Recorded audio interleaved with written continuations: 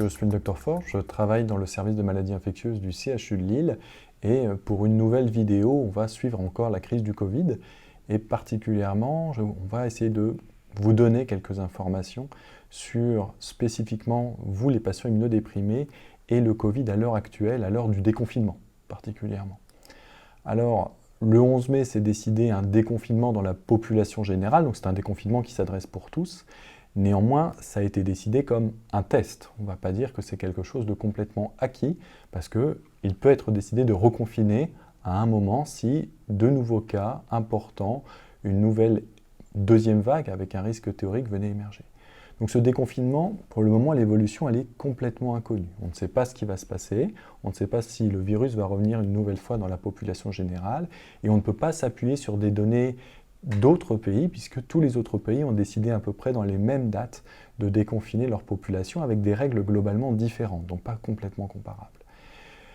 Le risque, c'est quoi? C'est cette fameuse deuxième vague. La deuxième vague, c'est quoi? C'est de ravoir, dans un court délai, tout d'un coup, plein de nouveaux cas qui amèneraient à être hospitalisés, qui amèneraient à avoir des nouveaux cas aussi graves en réanimation et qui emballeraient le système de santé.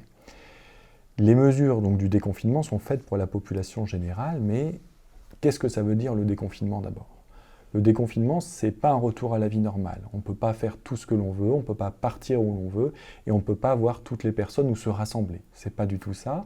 C'est que, d'une part, on va maintenir les gestes barrières antérieurs, c'est-à-dire le lavage des mains, la distanciation. On va éviter les embrassades, on va éviter de se serrer la main, on va aérer son environnement.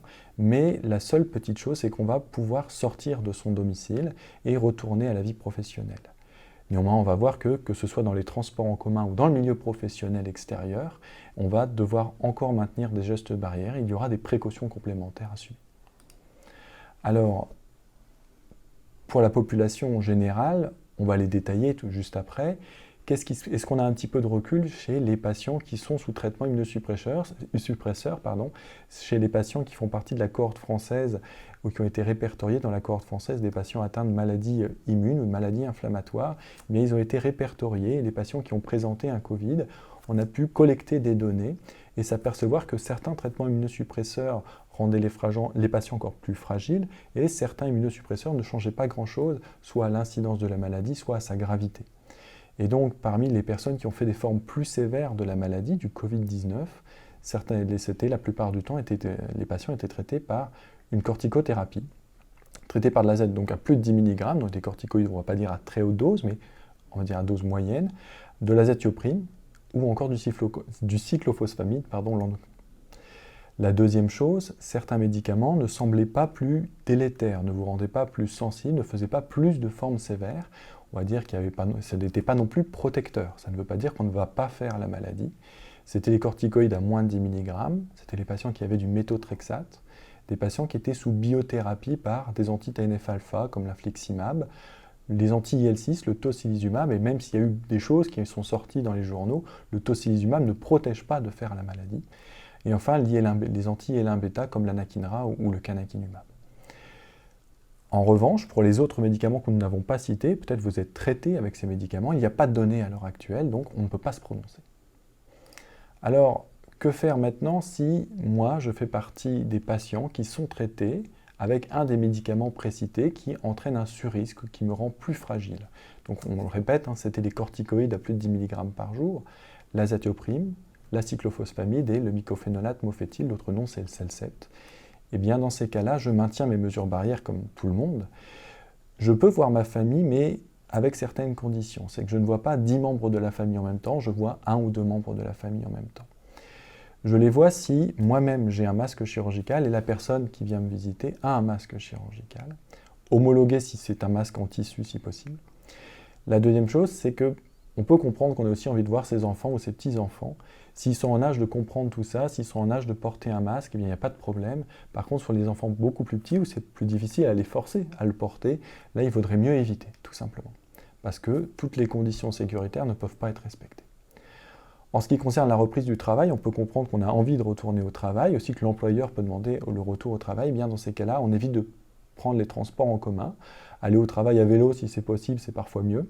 Aller au travail dans son véhicule personnel, c'est très bien aussi. Si la poursuite du télétravail dans un premier temps est possible, il faut continuer. Ensuite, l'employeur va normalement mettre en place des mesures pour que la reprise se fasse en toute sécurité.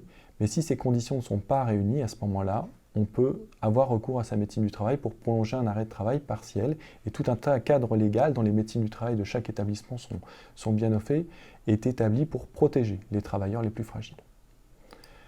Si je suis sous immunosuppresseur, mais il fait partie de cette catégorie de médicaments qui ne me rend pas plus à risque, eh bien, on va bien sûr maintenir les mesures barrières. On peut aussi voir sa famille avec les mêmes mesures que précédemment, c'est-à-dire un masque chirurgical pour moi qui suis sous traitement et bien sûr pour mon invité. Pour les enfants, c'est la même chose. Si l'enfant est capable de supporter ces mesures barrières ou de les respecter, il n'y a pas de problème. Sinon, ça semble compliqué de les respecter.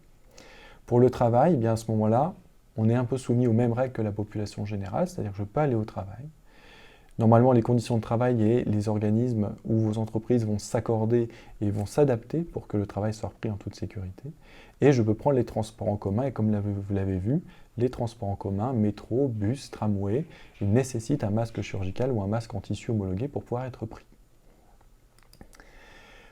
Au travail en soi-même, pour les personnes qui ne travaillent pas seules dans un bureau, pour les patients qui ne... Pour vous qui travaillez peut-être dans une entreprise où il y a des réunions, vous êtes sur des bureaux collectifs, eh bien, il vaut mieux privilégier un bureau individuel, sinon le télétravail est plus intéressant. On règle et on respecte ces règles de distanciation, plus d'1 mètre, on se lave les mains plusieurs fois, on essaie de nettoyer son matériel informatique, les tablettes, les claviers, les souris qui peuvent être porteurs, on ne partage pas ce matériel-là. Normalement, il est mis à disposition des solutions hydroalcooliques, mais n'hésitez pas à en prendre même de chez vous pour pouvoir vous laver les mains. Et s'il y a des personnes plus vulnérables, reconnues, eh bien, pour rencontrer ces personnes, on porte un masque chirurgical. En ce qui concerne les réunions là, obligatoires, les meetings, peut-être qui font avancer le travail dans l'entreprise, on ne peut pas les repousser, dans ces cas-là, on peut les faire tout simplement avec de la vidéo, comme les utilitaires comme Zoom, comme Teams, qui doivent être privilégiés, même en intra-bureau. On peut les faire aussi par distribution de documents, c'est ce qui est proposé. Vous voyez, ces plaquettes sont issues du CHU de Lille, où on propose ça à nos équipes, que ce soit nos équipes administratives ou médicales. Pour les réunions de concertation multidisciplinaires, on favorise ce genre de choses. Et ce sont les mêmes choses, on ne partage pas le matériel, on évite aussi de se regrouper dans un même endroit clos pour ces réunions. Si on doit le faire, eh bien, on respecte des règles d'au moins 1 mètre entre chaque siège, on aère les lieux de réunion et bien sûr on se désinfecte les mains avant et après avoir fait cette réunion dans la salle. Alors ces mesures-là, elles vont être effectives encore quelques semaines. On va dire que ce sont des mesures dites intermédiaires.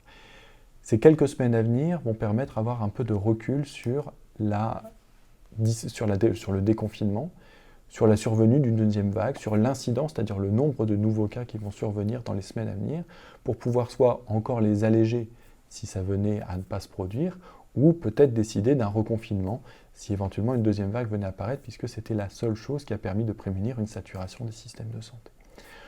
On va donc probablement se donner rendez-vous à une nouvelle date. Il y aura probablement d'autres informations qui vont sortir début juin.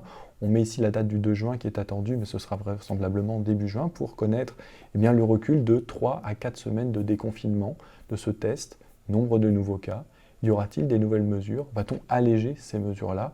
Est-ce qu'on va retourner progressivement vers une vie normale?